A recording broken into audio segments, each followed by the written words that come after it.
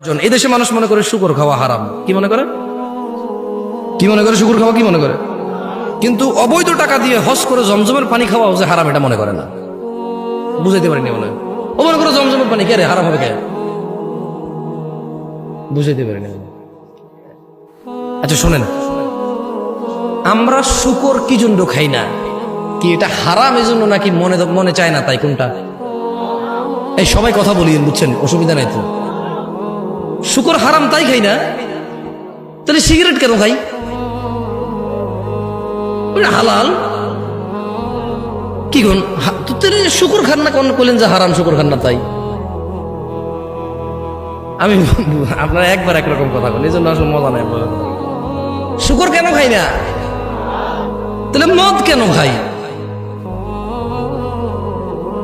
মদ খাওয়া ছেলেটা কিন্তু শুকর খায় না কেন? নাম নিলে তো চলো